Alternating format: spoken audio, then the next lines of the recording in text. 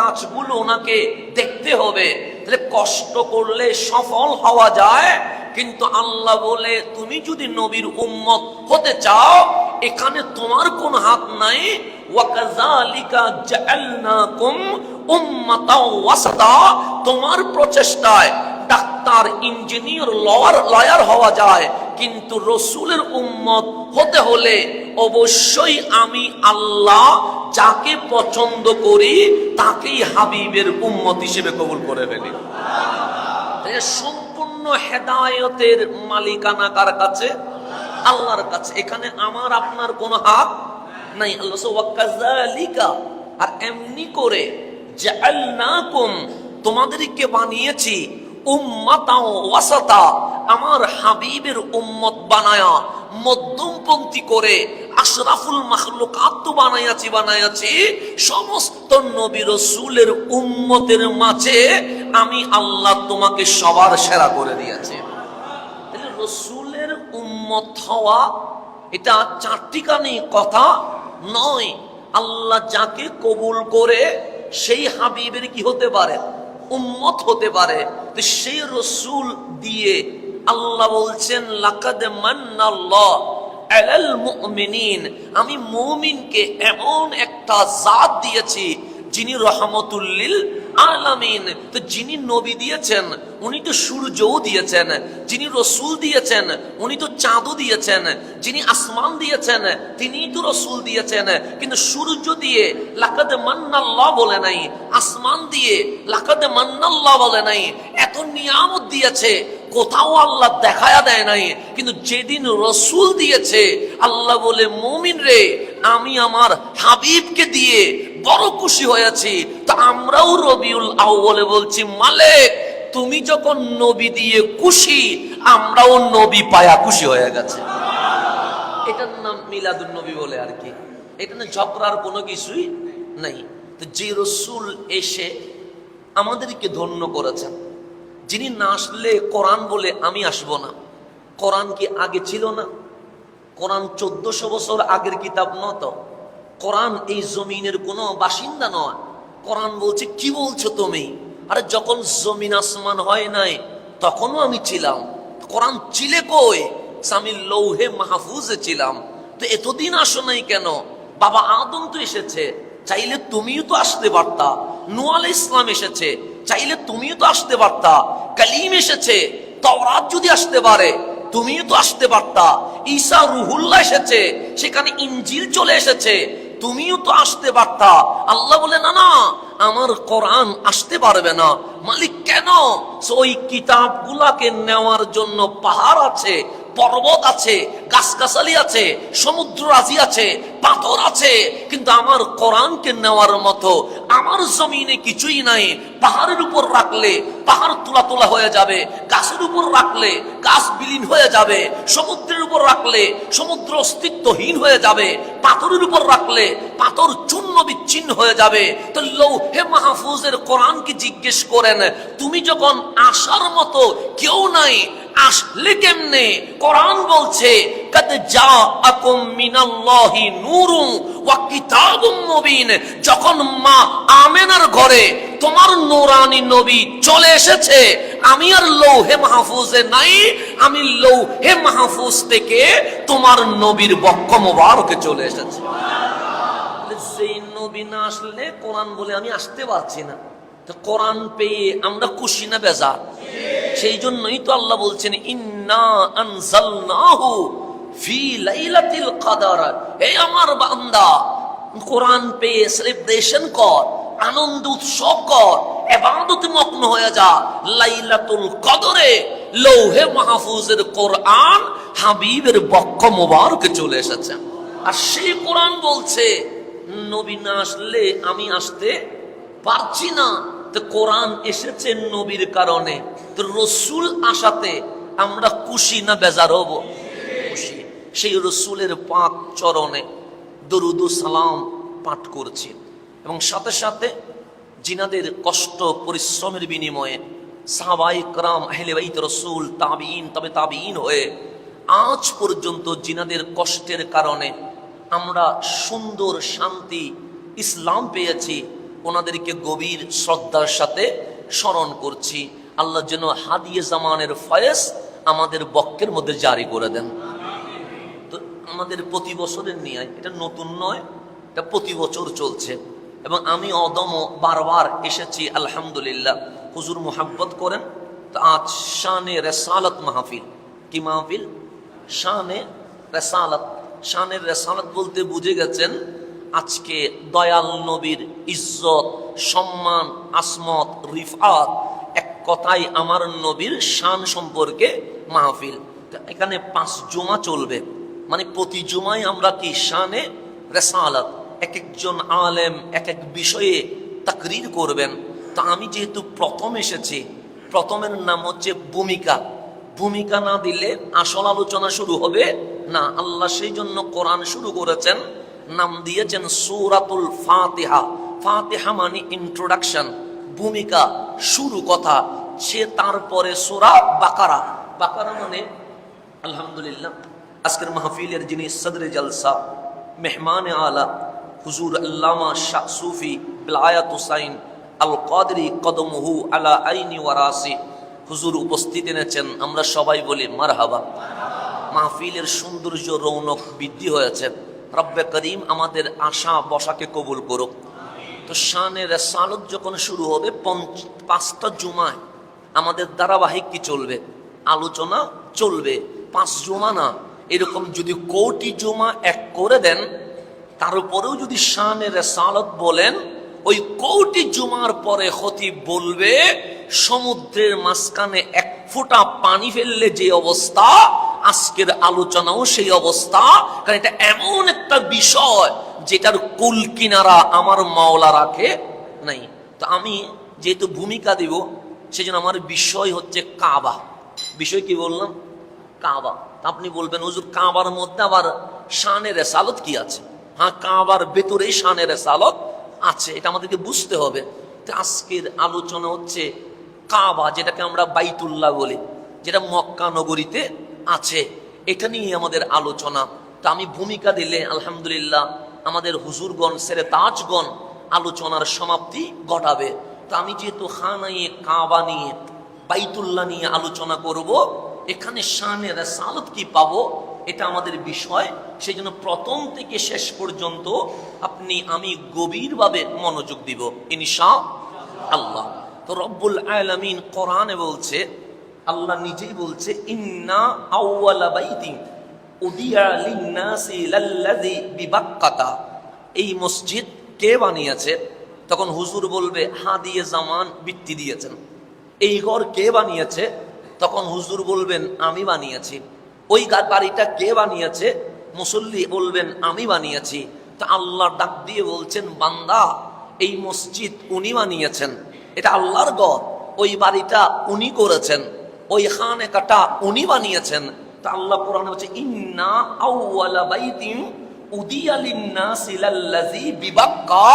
মক্কায় যে খানায়ে কাবা, বাইতুল্লাহ দেখতে পাচ্ছ, এটা প্রথম ঘর কোন বান্দা বানাই নাই, আমি আল্লাহ নিজেই বানিয়ে দিয়েছি।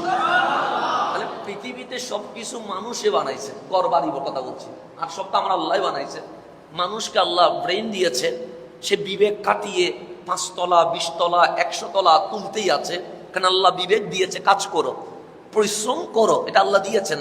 কিন্তু আল্লাহ বলছেন এই জমিনে তুমি 4 কোণা যে ঘরটা দেখতে পাচ্ছ, যে ঘরে দাঁড়িয়ে তুমি লাব্বাইক আল্লাহুম্মা লাব্বাইক বলছো, এটা কোনো বান্দা বানাই নাই। হ্যাঁ, আমার আদম সংস্কার করেছে, হ্যাঁ আমার ইব্রাহিম সংস্কার করেছে, হ্যাঁ আমার হাবিব এটাকে সংস্কার করেছে। কিন্তু ইন্না আউওয়ালা বাইতিন উদিয়া লিন-নাস, এটা মানব জাতির জন্য মক্কা নগরীতে ঠিক পৃথিবীর মাঝখানে বাইতুল মামুর বরাবর আমি আল্লাহ নিজেই বানিয়ে দিয়েছি। মালিক বানাইছো কেন? মুবারাকান, এটার আশেপাশে বরকত আর বরকত। হুদাল লিল আলামিন, বিশ্ববাসী যদি হেদায়েত পাইতে চায়, আমি আল্লাহ খানায়ে কাবাকে হেদায়েতের কেন্দ্রবিন্দু বানিয়ে দিয়েছি। আল্লাহ আল্লাহর ঘর সম্পর্কে বলছেন, বাইতুল্লাহ বানিয়েছেন কে? আল্লাহ নিজে বলছেন আমি বানাইছি। এটা কোনো মানুষই বানাই নাই। সেই জন্যই আমি যদিও কুলসিতে, যদিও বা আমরা দারুল হুদা দরবার শরীফে, কিন্তু নামাজে যখন দাঁড়িয়ে যাব উত্তর আর দক্ষিণ করা যাবে না। কাবা যেই দিকে, এক কথাই মুসলিম উম্মাকে একসাথে সেই দিকে ফিরে যেতে হবে। কেন? মোবারকান, ফিরলেই বরকত, কাবার দিকে দেখলে বরকত, দাঁড়াইলে বরকত, চেয়ে থাকলে বরকত, দোয়া করলে বরকত। তুমি যাই করবে কাবা কেন্দ্রিক সমস্ত কিছু আমি আল্লাহ ইবাদত করে দেব। এরপর বলেন ফিহি আয়াতুম বাইয়িনাত, এখানে রয়েছে সুস্পষ্ট নিদর্শন। আয়াত মানে নিদর্শন। কার? রহমানের। তো নিদর্শনের নাম কি? সে মাকাম ইব্রাহিম, একটা পাথর আছে নাম তার মাকাম ইব্রাহিম। আমার মালিক বলছে আল্লাহর কুদরত, জালওয়া, নিদর্শন, আয়াত, আসার যদি দেখতে হয় আমি খানায়ে কাবার চত্বরে মাকাম ইব্রাহিম রেখে দিয়েছি। তাহলে কাবার আলোচনা যেখানে, মাকাম ইব্রাহিমের আলোচনা সেখানে। এটা আল্লাহ বলছেন, আমি বলি কোরআন বলছে সূরা আলে ইমরান।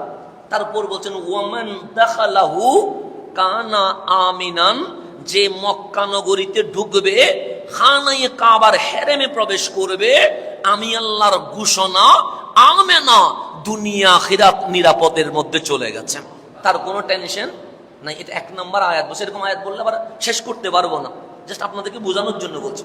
2 নম্বরে আসেন, আল্লাহ কোরআনে সূরা বাকারাতে বলছেন ওয়াইজ জাআলনাল বাইতা, ওয়াইজ জাআলনাল বাইতা, বাইতা মানে বাইতুল্লাহ, আমি আল্লাহ বাইতুল্লাহকে করে দিয়েছি মাসাবাতান, মাসাবাতান মানে মিলন কেন্দ্র, লিন্নাস মানুষের, প্রতিদিন সেখানে মিলন কেন্দ্র চলছে, জলসা চলছে, মাহফিল চলছে, লোকের সমাগম চলছে। তারপর ওয়া আমানান, এবং নিরাপদ ভূমি হিসেবে আমি আল্লাহ খানায়ে কাবাকে প্রতিষ্ঠিত করেছি।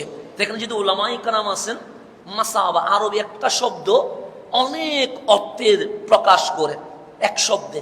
যেমন বাংলাদেশে আমরা যখন বাংলা কথা বলি, আমি দেখতেছি, আমি লক্ষ্য করছি, আমি দৃষ্টিপাত দিচ্ছি, এরকম আছে না?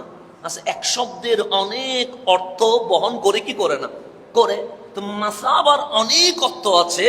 মাসাবাতান মানে মিলন কেন্দ্র, আবার মাসাবা মানে যেমন আমি আজকে আসলাম, কখনো দেখেন নাই, বিশাল একটা আকর্ষণ আছে, দ্বিতীয়বার দেখলেন আগের আকর্ষণ থেকে কমে গেছে, তৃতীয়বার দেখলেন স্বাভাবিক হয়ে গেছে, প্রতি সপ্তাহে দেখলেন এখন আগের মতো আর টানটা নাই। কিন্তু আল্লাহ খানায়ে কাবা একবার দেখলে আকর্ষণ কমে না, 2 বার দেখলে আকর্ষণ কমে না, 3 বার দেখলে আকর্ষণ কমে না। মাসাবা যত দেখবে বান্দা তত কাবার পাগল হতে থাকবে।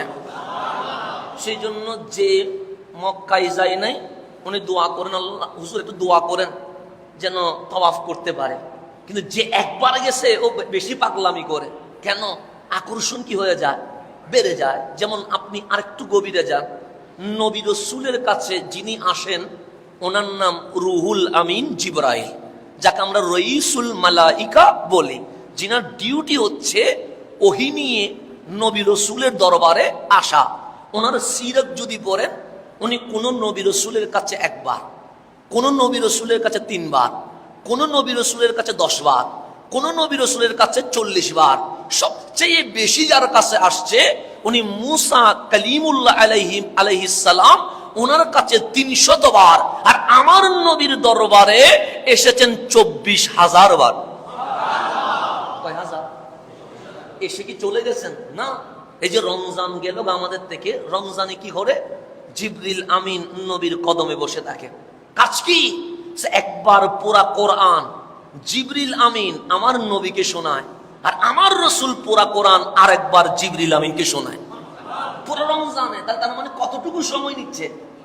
40 বছর বয়সে আসা শুরু করছে, 63 বছর পর্যন্ত হিসাব করলে 24,000 বার রাসূলকে দেখেছে।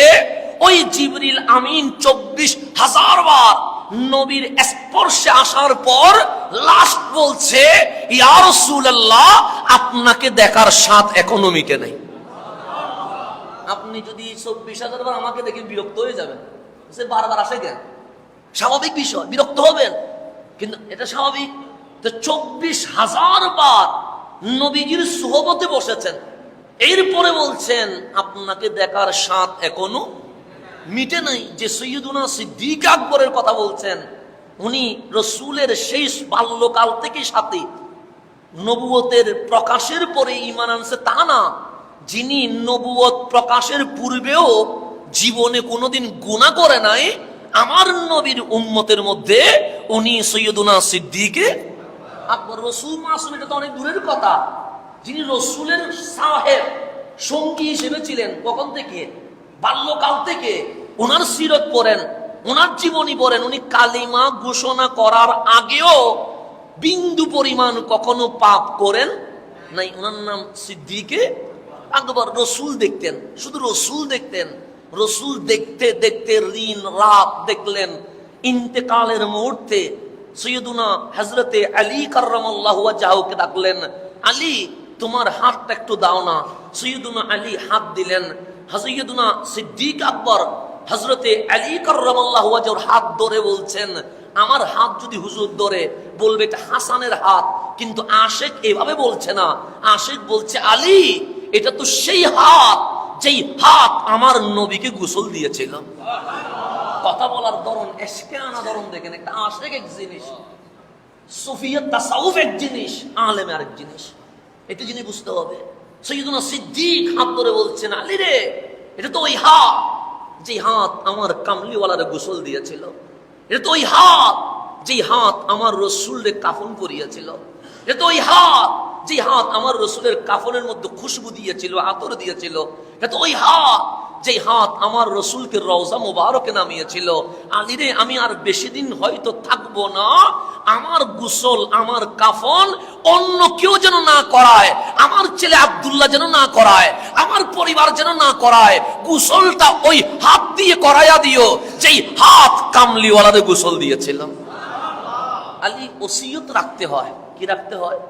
ওসিয়ত। আমি বিদায় নিব, দেখো আমার এই চোখ রসুলকে দেখেছে। সৈয়দুনা আলী বলে সবচেয়ে বেশি দেখেছে, কিন্তু আলী রে আমি নবী দেখার স্বাদ মিটাইতে পারি নাই। আমি মারা যাওয়া মাত্রই জানাজা শেষ করে দেরি করো না, কামলিওয়ালার রওজার সামনে খাটিয়াটা বিছাইয়া দিও। রসুলকে বলিও আবু বকর নবী দেখার স্বাদ মিটাইতে পারে নাই, আপনার পাশে চেহারার দুই চোখ দিয়ে কিয়ামত পর্যন্ত আবু বকর নবী দেখতে চায়। এটার নাম হচ্ছে মাসাবা। মাসাবা মানে আকর্ষণ। এমন আকর্ষণ, চোখ শুধু ওনাকেই দেখতে চায়, ওনার বাইরে আর কিছু দেখতে চায়। আল্লাহ বলছেন, ওয়া ইজ জাআলনাল বাইতা মাসাবাতান লিন্নাস, আমি মানুষের জন্য আকর্ষণীয় বানিয়েছি। সেই জন্য আপনি একটু গভীর ভাবে খেয়াল করবেন। যখন আমরা শিক্ষা সফর আনন্দ ভ্রমণ করি, কি করি না করি? কোথায় যাব? কক্সবাজার, কি আছে? সমুদ্র আছে। কোথায় যাব? পার্বত্য অঞ্চলে, কি আছে? সবুজ শ্যামল পাহাড় আছে। কোথায় যাব? সিলেটে, কি আছে? জাফলং এর সেই সুন্দর পানি বহমান আছে। যাব কোথায়? চা বাগানে, কি আছে? সৌন্দর্য আছে। আপনি বলবেন আমি নেপালে যাব, কি আছে? হিমালয় আছে। আমি মিশরে যাব, কি আছে? পিরামিড আছে। তাহলে প্রত্যেক জায়গায় যাওয়ার পিছনে মানুষ সৌন্দর্য দেখতে চায়। আমি ইন্ডিয়ায় যাব, কি আছে? তাজমহল আছে। সৌন্দর্যের প্রেমিক। কিন্তু মক্কা নামক জায়গায় মালিক কোন সমুদ্র রাখে নাই। মক্কা নামক জায়গায় মালিক পার্বত্যের মতো সবুজ শ্যামল কোন পাহাড় রাখে নাই।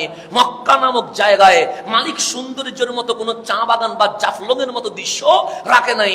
মক্কা নামক জায়গায় মালিক কোন পিরামিড রাখে নাই। মক্কা নামক জায়গায় মালিক হিমালয়ের মতো পাহাড় রাখে নাই। মরুভূমি আর মরুভূমি, পানির অভাব, গরমের মধ্যে শোয়া যায় না, শীতের মধ্যে ঠান্ডা সহ্য করা যায় না। তো মালিক মক্কায় যদি সমুদ্র রাখতা, দেখতে যেতাম, পাহাড় রাখতা সবুজ শ্যামল, একটু এনজয় করতাম। আল্লাহ বলে মক্কায় আমার বান্দা আসবে কক্সবাজারের সৌন্দর্য দেখার জন্য নয়, পার্বত্যের সবুজ শ্যামল দৃশ্য দেখার জন্য নয়, জাফলংয়ের ফিলিংস নেওয়ার জন্য নয়। আমার বান্দা মক্কায় আসবে একমাত্র খানায়ে কাবা দেখার জন্য। সেজন্য আল্লাহ মক্কায় কিছুই রাখে না। আপনি হিসাব করে দেখেন না, যেখানে কাবা আছে সেখানেই তো সবুজ শ্যামল পাহাড় থাকা দরকার ছিল। যেখানে কাবা আছে সেখানেই তো নীলনদটা ফিট করা দরকার ছিল। যেখানে কাবা আছে সেখানেই তো জাফলংয়ের মতো সুন্দর পানি পাথরের উপর চলে যাবে, সে রাখার দরকার ছিল। আল্লাহ বলে না, কিছুই রাখবো না। কেন? যেন বান্দার মনে এটা না আসে আমি সমুদ্রের ফিলিংস নিতে এসেছি, আমি পার্বত্যের মতো সবুজ শ্যামলের দৃশ্য দেখতে এসেছি। বান্দা যখন মক্কার এয়ারপোর্টে নামবে তখন বান্দার মন বলবে দুনিয়া দেখতে আসি নাই, মাওলার ঘরটা দেখতে এসেছে। এটার নাম মাসাবাতান লিন্নাস। আমি একমাত্র আকর্ষণীয় বানাইছি আমার খানায়ে কাবাকে, এখানে অন্য কোন মাকসাদ আমি রাখি নাই। তার উপর বলছেন ওয়াত্তাখিজু মিম মাকামি ইব্রাহিমা মুসাল্লা। হে আমার বান্দা, যে মাকামে ইব্রাহিম দেখতে পাচ্ছ এটাকে সাধারণ কোনো পাথর মনে করিও না, এটাকে তোমরা মুসাল্লা নামাজের স্থান হিসেবেই গ্রহণ করতে হবে। তাহলে আমি আয়াত বললাম কয়টা? দুইটা। যেখানে কাবার কথা সেখানে মাকামে ইব্রাহিমের কথা আছে না নাই? আলে ইমরানও আছে, সূরা বাকারায়ও আছে। এরপর আমার মূল কথা, মাকাম ইব্রাহিম নিয়ে এত কথা কেন আসছে? মাকাম মানে দাঁড়ানো স্থান, ইব্রাহিম মানে ইব্রাহিম আলাইহিস সালামের দাঁড়ানোর স্থান, মানে যেটাতে দাঁড়িয়ে সৈয়দুনা ইব্রাহিম আলাইহিস সালাম খানায়ে কাবার সংস্কার করেছে, এটাকে মাকামে ইব্রাহিম বলে। কথা ঠিক না? এটা নিয়ে কোনো মারামারি আছে? কোরআন বলছে এটা আয়াতে বাইয়িনাত, সুস্পষ্ট নিদর্শন। এটা মুসাল্লা, এটা হচ্ছে জায়নামাজ, নামাজের স্থান। সেজন্য যারা তাওয়াফ করে, তাওয়াফ শেষ করে মাকাম ইব্রাহিমের পিছনে এসে মাকাম ইব্রাহিমকে সামনে নিয়ে হাজিগণ 2 রাকাত নামাজ আদায় করে। করে কি করে না? করে। এখন আসেন সামনের দিকে যাই, একটু গভীরভাবে খেয়াল করবেন, একটু গভীরভাবে খেয়াল করবেন। তাহলে মাকামে ইব্রাহিম একটা কিসের নাম? পাথরের নাম। কয়টা পাথর? একটা। ইব্রাহিম আলাইহিস সালাম যখন ইরাকে ছিলেন তখন কি উনি পাথরের উপর পা রাখেন নাই? রাখছেন। ওই পাথরগুলো কি এখন আছে? নাই। উনি যখন ফিলিস্তিনে ছিলেন তখন কি উনি পাথরের উপর পা রাখেন নাই? রাখছেন। ওই পাথরগুলো কি এখন আছে? নাই। উনি যে ইরাক থেকে মক্কায় আসছে হাজারো পাথরের উপর পা রাখছে, একটা পাথরও কি এখন জমিনে আছে? নাই। কিন্তু একটা পাথর রয়ে গেছে, নাম তার মাকামে ইব্রাহিম। এটা নিয়েছিলেন কেন? উনি বললেন মালিক আমি একটা পাথর নিতে চাই। আল্লাহ বলেন হ্যাঁ, কেন নিবেন? উপরে উঠতে হবে, নিচেও নামতে হবে। তো নিচের কাজ আমি আর আমার ইসমাইল সেরে নিব, উপরের কাজ আমি উপরে উঠবো, ইসমাইল সহযোগী হিসেবে পানি, সিমেন্ট, ইট যা লাগে দিবে, আর আমি ইব্রাহিম ইঞ্জিনিয়ার হিসেবে উপরের কাজগুলো সম্পন্ন করব। তা আল্লাহ বলেন একবার উপরে নামবেন, একবার নিচে নামবেন। এত কাহিনী করার দরকার নাই। পাথরের ভেতরে আমি লিফটের শক্তি দিয়ে দিয়েছি। যখন উপরে পাথর উপরে উঠবে, যখন নিচে নামার দরকার পাথর অটোমেটিক নিচে নেমে যাবে। এখন আসেন, বাংলাদেশের পাথর কি নরম না শক্ত? শক্ত। তাহলে আরবের পাথর এর চেয়ে বেশি শক্ত হবে। কারণ যারা আরবে আছেন তারা জানেন আমাদের পাহাড়গুলো মাটির, কেটে ফেলা যায়। রাত্রে রাত্রে অনেকে পাহাড় কি করে ফেলে, সকালে দেখবেন সমান হয়ে গেছে, কেন? মাটির বিদায়। কিন্তু আরবের পাহাড় কি মাটির না, পাথরের। এগুলো কাটা যায় না, এগুলো বুম ফিটিং করতে হয়, এরপরে রাস্তা করতে হয়, কত কষ্ট। আমার মালিক আমাদেরকে পাথর দিয়েছেন মাটির, এখানে গাছ হয়। কিন্তু আরবের পাহাড়ে কি গাছ হয়? তাহলে পাথরগুলো কঠিন শক্ত। সেই পাথরে দাঁড়াইছেন হযরতে ইব্রাহিম খলিলুল্লাহ। কাজ শেষ, আল্লাহকে ডাক দিয়ে বললেন মালিক কাজ শেষ করে জমজমের পানি দিয়ে ধুয়ে কালো গিলাপ জড়ায়া দিলাম, কেমন লাগছে? আল্লাহ বলেন আমি যেমন চেয়েছিলাম তেমন ইব্রাহিম করতে পারবে বলেই তো আমি খলিলকে কাবার দায়িত্ব দিয়ে দিয়েছি। বড় চমৎকার হয়েছে। তো আল্লাহকে বললেন তাহলে ছুটি তো মিলে গেছে। আল্লাহ বলে হ্যাঁ মিলবে ছুটি, কেন মিলবে না? কাজ শেষ, আমার খলিল তো ছুটি পাবে। তো খলিল নেমে যাচ্ছে। আল্লাহ বলেন নামে কেন? কাজ তো শেষ, এখানে আর কি করব? আল্লাহ বলেন প্রতিদান, স্যালারি নিবেন না? বললেন কাবার আবার কিসের স্যালারি? আমার মালিক দিলে দিবে, না দিলে কোনো আপত্তি নাই, আমি চলে যাচ্ছি। আল্লাহ বলেন কাবার কাজ করেছেন, আমি বাকিতে স্যালারি দিব, এটা হতে পারে না। আমার খলিল মাকামে ইব্রাহিমে দাঁড়ানো অবস্থায় আমি আল্লাহর নগদে দিয়ে দিব। আমি স্যালারি কিসে দিয়ে দিব? নগদে। এখন আল্লাহ বললেন, খলিল আপনাকে সুলাইমানের মতো বাদশাহী দিয়ে দিই। খলিল বললেন, লাভ। অনেকে ক্ষমতা পাওয়াকে ভয় পায়, এরকম আছে না নাই? আছে। অনেকে চায়, অনেকে ভয় পায়, এরকম আছে। খলিল বলেন, মালিক এগুলো অনেক ঝামেলার জিনিস, এত ঝামেলা নেওয়ার মতো এই সুযোগ এখন আর নাই, আমি নিব না। আল্লাহ বলেন, তাহলে জান্নাতের বাদশাহী দিয়ে দিই। খলিল বললেন, হ্যাঁ এটা নেওয়া যায়, তবে আমি এর চেয়ে আরো দামি জিনিস নিতে চাই। আল্লাহ বলেন, এর চেয়েও দামি জিনিস আছে নাকি? আছে। তো মালিক বললেন, তাহলে আপনি চান? খলিল বললেন, বেশি দামি জিনিস চাইবো। আল্লাহ বলে, আমি তো বললাম দিব, কারণ শর্ত তো রাখি নাই, সেখানে নিচে কোনো শর্ত প্রযোজ্য লেখি নাই। আপনি চাইতে থাকবেন, আজকে মালিক শুধু দিতেই থাকবেন। এটা কাবার প্রতিদান। তো খলিল হাত তুলে দিয়েছে। ইসমাইল জবিউল্লাহকে বলছেন, ইসমাইল শুধু আমিন বলবেন, মাঝখানে কোনো কথা বলার সুযোগ নাই। তো খলিল হাত তুলে বলছেন, মালিক আমি সুলাইমানের মতো দুনিয়ার বাদশাহী চাই না, আমি আবার জান্নাতেরও বাদশাহী চাই না। তো মালিক বলছেন, কি চাচ্ছেন? তখন হাত তুলে বলছেন, রব্বানা ওয়াবাস ফিহিম রাসূলা, আমি আখেরি পয়গম্বর ইমামুল মুরসালিন যেটা আসবে সেটা আমার বংশে যেন আসে। রাসূলা শব্দ বলতে দেরি, খলিল যেই পাথরে দাঁড়িয়েছে, পাথর মুস্তাফার সম্মানে অটোমেটিক নরম হয়ে যাচ্ছে। কদমের যে চিহ্ন পাচ্ছেন, কদমের একটা চিহ্ন আছে না, চিহ্নটা কেন হয়েছে? বিশাল চিহ্ন দেখবেন কদমে পাকের, কার? খলিলুল্লাহ। এটা শক্ত পাথর, এখানে পায়ের কোনো কি ছিল না, চিহ্ন ছিল না। কিন্তু যখন বলছেন রব্বানা ওয়াবাস ফিহিম রাসূলা, তাফসীরে ঢুকেন, সেখানে লেখা আছে যখন রাসূলা শব্দ বলছে, পাথর মোমের মতো গলে যাচ্ছে। কেন? পাথর তুমি তো শক্ত ছিলা, তুমি হঠাৎ মোমের মতো গলে যাচ্ছ কেন? খলিলের কদম পাথরের ভিতরে ঢুকে যাচ্ছে কেন? তখন বললেন, ছিলাম শক্ত, যার নামটা নিছে ওনার তো রহমত, রহমতের নাম নিলে শক্ত হওয়া যায় না, রহমতের নাম নিলে নরম হয়ে যেতে হয়। পাথর নরম হয়ে গেছে, খলিলুল্লাহর কদমের চিহ্ন হয়ে গেছে, বসে গেছে। আল্লাহ বলেন, খলিল এমনিতে তো খলিল হও নাই, চাওয়ার মতো চাইতে জানো বলেই তো খলিল হয়েছ। দুআ আজকে কবুল। আমার হাবিবকে আমি অন্য কোনো বংশে পাঠাবো না, আমি আমার হাবিবকে আমার ইব্রাহিম আর ইসমাইলের বংশ দিয়ে পাঠাবো। তো সেই জন্য আল্লাহ বলছেন, ফিহি আয়াতুম বাইয়িনাত, এখানে রয়েছে সুস্পষ্ট নিদর্শন। কোন নিদর্শন? যে মাকাম ইব্রাহিম, মাকাম ইব্রাহিম নিদর্শন। কেন? ওই কাবার চত্বরে মাকাম ইব্রাহিমে উঠে আমার ইব্রাহিম আমার হাবিবুল্লাহর মিলাদের দোয়া করেছিলেন। কিসের দোয়া করেছিলেন? মিলাদের। তো আমি যেটা বলতে চাচ্ছিলাম, খানায়ে কাবা বানিয়েছেন কে? আল্লাহ।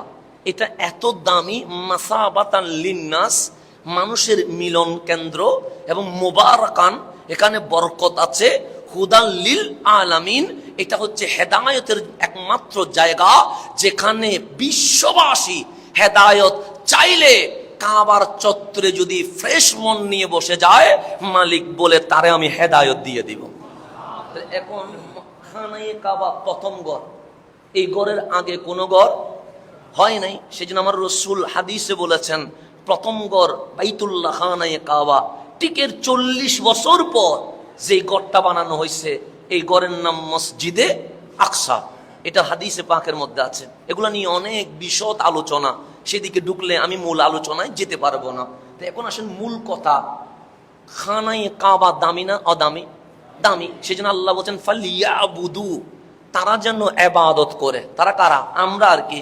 তো কার ইবাদত করব? রব্বা হাযাল বাইত, এই ঘরের রব।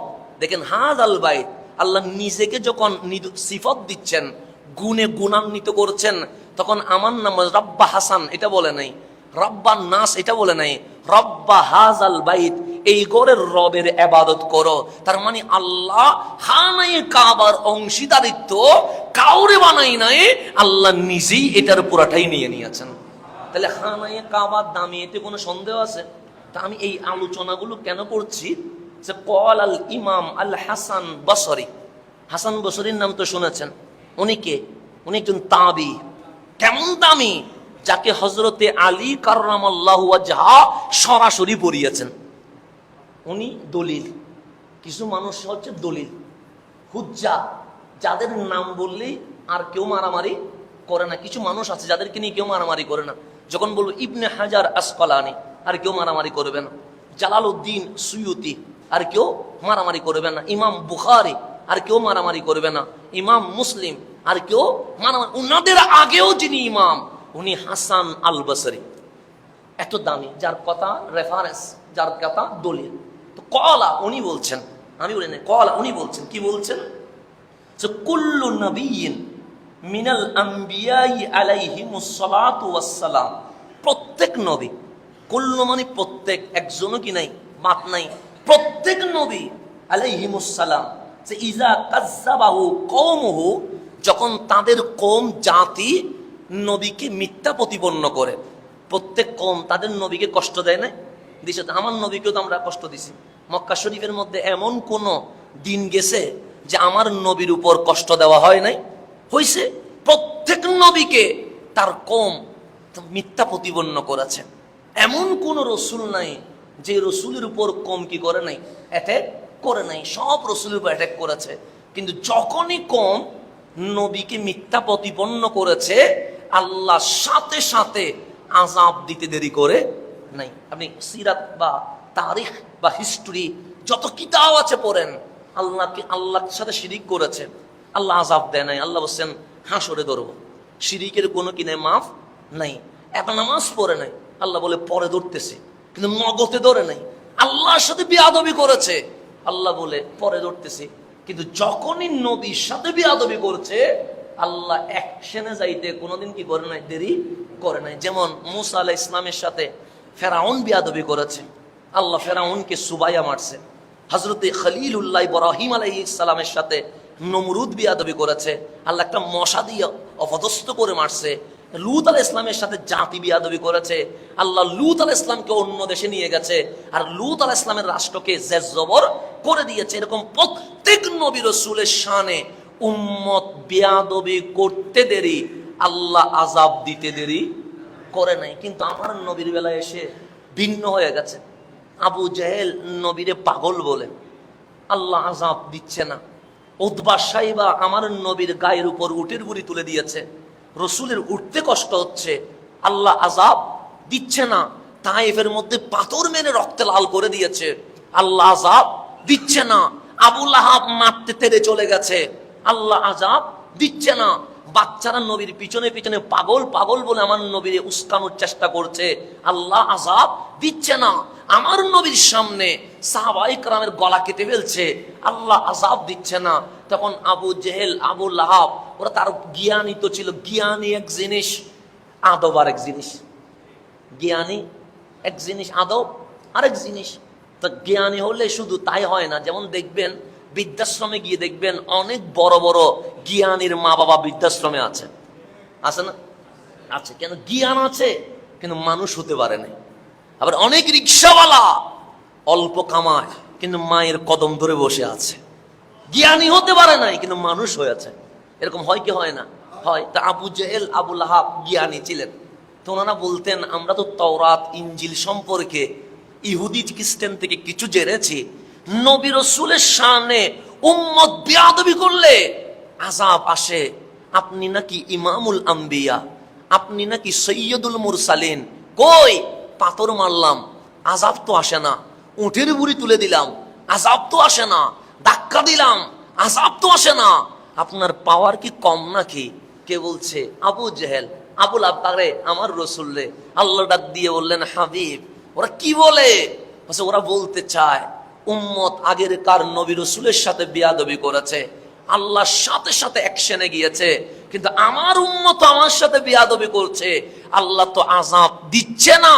তো তারা মনে করছে আমি মুসা ইব্রাহিম আলাইহিমুস সালাম ওনাদের থেকে নিচে মনে হয়। তো আল্লাহ বলেন হাবিব, আমি যখন আযাব দিয়েছি কালিমকে দূরে সরিয়ে দিয়েছি, আমি যখন আযাব দিয়েছি ইব্রাহিমকে মক্কায় নিয়ে এসেছি, আমি যখন আযাব দিয়েছি লূতকে অন্য জায়গায় ট্রান্সফার করে দিয়েছি। আল্লাহ বলে মা কানাল্লাহু লিয়ুআযিবাহুম ওয়া আনতা ফীহিম। হাবিব আযাব দেই কেমনে? আবু জাহেলের উপর আমি নারাজ, আবু লাহাবের উপর আমি নারাজ, উতবা সাইবার উপর আমি নারাজ, যারা বিয়াদবি করেছে। আমার কাহ্হারিয়াত জুল জালালিয়াত উঠে গেছে, কিন্তু আযাব দিতে পারছি না। কেন? আমি আযাব দিব কেমনে? ওয়া আনতা ফীহিম, আপনি নবী তো তাদের মাঝে, সরাবো কোথায়? আপনি তো রহমাতুল লিল আলামিন, আমার জগৎ যতটুকু আপনি নবীর রহমত তো ততটুকু হয়ে আছে। আপনাকে সরানোর মতো কোনো সুযোগ?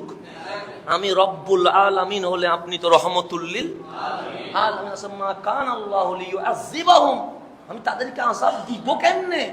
মালিক ওদের কোয়ালিটি বলছে না না, ও আনতা ফীহিম, আপনি আছেন বলে দিতে পারি না। কারণ আযাব দিতে চাইলে তো আপনি কাঁদেন, আযাব দিতে চাইলে তো আপনি উম্মতি উম্মতি চিল্লান, আযাব দিতে চাইলে তো আপনি সিজদায় পড়ে যান, আযাব দিতে চাইলেই তো আপনি হাত তুলে বলেন বুঝে নাই বলেই তো করছে, কেন তুমি আযাব দিবা? হাবিব আপনার কারণে আযাব দিতে পারি নাই, না হলে অনেক আগে জবর করে দিতাম। ওই নবী এখনো পর্যন্ত রওজাই আতহারে উম্মতি উম্মতি চিল্লাই বলে আপনি আমি দুনিয়াতে বাঁচতে পারি। আজকে ফতোয়া তো অনেক দূরে, আপনি রবিউল আউয়ালের মিলাদুন নবীর ফতোয়া অনেক দূরে। আরে আপনি বেঁচে আছেন কার সদকায়? সেটা কোরআন খোলেন। আপনি বেঁচে আছেন কার সদকায়? আপনি চোখে দেখছেন কার নিয়ামত? আপনি যে খাচ্ছেন বসছেন নিয়ামত কার? আল্লাহ বলছে ওয়া আনতা ফীহিম। হাবিব আপনি এখনো কাঁদছেন রওজায়ে আতহারে, সেই জন্য আমি আযাব দিতে পারি নাই, না হলে এগুলার আমি অনেক আগেই ফিনিশ করে ফেলতাম। যে আমার নবীর কারণে আমি বেঁচে আছি, সেই জন্য আমি একটা কথা বলেছিলাম, আমি নবীর কারণে খাই। অনেকে এটাকে নিয়ে আবার অন্যদিকে নিয়ে যাচ্ছে। আরে দুনিয়াতে আপনিও বেঁচে আছেন আমার নবীর কারণে, এখানে অস্বীকার করার কোনো সুযোগ নাই, এটাকে আপনি বাদ দিতেই পারবেন না। ওয়া আনতা ফীহিম, আপনি আছেন। তো এখন আসেন, প্রত্যেক নবীর উপর উম্মত কি করেছে? আক্রমণ করেছে। তা হাসান আল বসরি বলছেন কুল্লু নবিয়িন মিনাল আম্বিয়া, প্রত্যেক নবী ইযা কাযযাবাহু কওমুহু, যখন তার কওম সম্প্রদায় তাকে মিথ্যা প্রতিপন্ন করেছে, তারপর বলছেন খারাজা মিন বাইনি আযহুরিহিম ইলা মক্কা, তখন ওই নবী আর ওখানে থাকেন নাই, উনি কওমকে বাদ দিয়ে অন্য কোন রাস্তায় যান নাই, উনি ডাইরেক্ট মক্কায় চলে এসেছেন। মানে প্রত্যেক নবী আসছেন কোথায়? মক্কায়। অথচ কেউ মক্কায় আসে নাই, আসছে কোথায়? ফিলিস্তিনে, আসছে কোথায়? সিরিয়াতে, মানে মসজিদে আকসার নিকটে আসছে, কিন্তু চলে আসছে কোথায়? মক্কায়। এরপর হাসান আল বসরি বলছেন ফাআবাদাল্লাহ তাআলা বিহা ইনদাল কাবা, কাবার সামনে এসে প্রত্যেক নবী ইবাদতে মগ্ন হলেন। হাত্তা আতাহুল ইয়াকিন ওয়া হুয়াল মউত, ইভেন কাবার সামনেই ওনারা ইন্তেকাল করেছেন। তারপর হাসান আল বসরি বলছেন ওয়া আন হাওলাল কাবা, কাবার হাউল মানে আশেপাশে, চত্বরে, বলছে কবরা সালাসি মিয়াতি নবিয়িন, 300 নবী রাসূলের মাজার আছে। খানায়ে কাবার চত্বরে কত আছে? 300 নবী রাসূলের মাকবারা আছে। তারপর বলছেন ওয়ামা বাইনার রুকনিল ইয়ামানি ওয়ার রুকনিল আসওয়াদ, রুকনে ইয়ামানি এবং হাজরে আসওয়াদের ওই বরাবর যে কবরু সাবিঈনা নবিয়ান, 70 নবীর মাকবারা আছে। কোথায়? রুকনে ইয়ামানি থেকে হাজরে আসওয়াদ বরাবর। এরপর বলছে কবরু ইসমাইল ওয়া উম্মিহি হাজারা আলাইহিমুস সালাম ফিল হিজরে তাহতাল মিজাব, হযরত ইসমাইল জবিহুল্লাহ ওনার আম্মা জানের মাকবারা মিজাবের নিচে আছে। তারপর বলছেন কবরু নূহিন ওয়া হুদিন ওয়া শুআইবিন ওয়া সালেহিন সাল্লাল্লাহু আলা নবিয়িনা ওয়া আলাইহিমুস সালাম ফিমা বাইনা জামজাম ওয়াল মাকাম, জামজাম এবং মাকামে ইব্রাহিমের মাঝখানে নূহ আলাইহিস সালাম, হুদ আলাইহিস সালাম, শুআইব আলাইহিস সালাম, সালেহ আলাইহিস সালামের মাকবারা আছে। এরপরে উনি বলছেন প্রায় খানায়ে কাবার চত্বরে হিসাব করলে মসজিদে রাওয়াহা থেকে শুরু করে সমস্ত মক্কা খানায়ে কাবা থেকে মসজিদে রাওয়াহা পর্যন্ত হিসাব করলে 1000 নবী রাসূলের মাকবারা কাবার চত্বরে আছে। কয় হাজার? এটা কেন বললাম? আল আম্বিয়া ওয়া আল্লাযিনা সাফারু ইলা মক্কা, যারা মক্কা নগরীর দিকে সফর করেছেন নবীগণ। আদম, হযরতে আদম, নূহুন, হযরতে নূহ, ইব্রাহিম, হযরত ইব্রাহিম, ইসমাইল, মুসা, ইউনুস, হুদ, সালেহ, শুআয়ব, ঈসা আলাইহিমুস সালাম, যাদেরকে আপনারা সবচেয়ে উপরে পজিশনে বলছেন, সবাই এই খানায়ে কাবার দিকে রওনা হয়েছিলেন, সাফারও সফর করে আসছেন। তারপর বলছেন কামা রাওয়া আল বাইহাকি, ইমাম বাইহাকি, তাবারানি বলছেন আব্দুল্লাহ ইবনে মাসউদ থেকে রাদিয়াল্লাহু তাআলা আনহুমা, যে হাজ্জা মুসা ইবনে ইমরান, মুসা আলাইহিস সালাম হজ করলেন, সে ফি 50 আলফান মিন বনি ইসরাইল, বনি ইসরাইলের 50,000 মানুষ নিয়ে। কয় হাজার? 50,000 কে মুসা কি বলতে লাগলেন? সে লাব্বাইক আল্লাহুম্মা লাব্বাইক, লাব্বাইক তাআব্বুদান ওয়া রিক্কান, লাব্বাইক আনা আ'বুদুকা, আনা লাদাইকা লাদাইকা ইয়া কাশাফাল কুরাব। যখন লাব্বাইক আল্লাহুম্মা লাব্বাইক বলছে, ফাজাওয়াবাহুল জিবাল, সে মক্কার পাহাড় পাথর গাছগাছালিও মুসার সাথে লাব্বাইক বলতে শুরু করে দিয়েছে। তাহলে এগুলা কেন বলছি? এগুলো এই কারণে বলছি, কেন নবী রাসূলগণ আসছেন। এখন আসেন এই কথাটাই হচ্ছে মূল কথা, খোলাসাতুল কালাম। যেহেতু জুমার নামাজ সময় কম, খোলাসাতুল কালাম, কালামের সারমর্ম মানে বক্তব্যের সামারি হচ্ছে, সামারি কি হচ্ছে, কানু আন্না জামিআল আম্বিয়া আল্লাযীনা কানু ইউবআসুনা কুরবা আল কুদসি, সে প্রত্যেক নবী রাসূল যাদেরকে পাঠানো হয়েছে কুরবাল কুদস মানে মসজিদে আকসা, মসজিদে আকসার কুরব মানে নিকটে পাঠানো হয়েছে। তারপর বলছেন কানু ইয়াতুনা ইলা মক্কা আল মুকাররমা, কিন্তু ওরা মসজিদে আকসা বাদ দিয়া সবাই চলে আসছে কোথায়? মক্কাতুল মুকাররমায়। তারপর বলছেন মিনহুম মান জাআ মাশিয়ান হাফিয়ান ওয়া মিনহুম মান জাআ রাকিবান, কেউ আসছে হেঁটে, কেউ আসছে সওয়ারিতে। শুধু তাই নয়, আপনার আমার বাবা আদম আলাইহিস সালাম এসেছেন এশিয়া শ্রীলঙ্কায়, সেখান থেকে 300 বছরে গেছে কোথায়? মক্কায়। একটা বারের জন্য ঘোড়া গাঁদা কোন সাওয়ারিতে উঠে নাই, হেঁটে হেঁটে মক্কায় চলে গেছেন। আপনি হযরত বাবা আদমের জীবনী পড়েন, ঘোড়ায় উঠে নাই, গাঁদায় উঠে নাই, খালি পায়ে 300 বছরের রাস্তা অতিক্রম করে কোথায় গেছেন?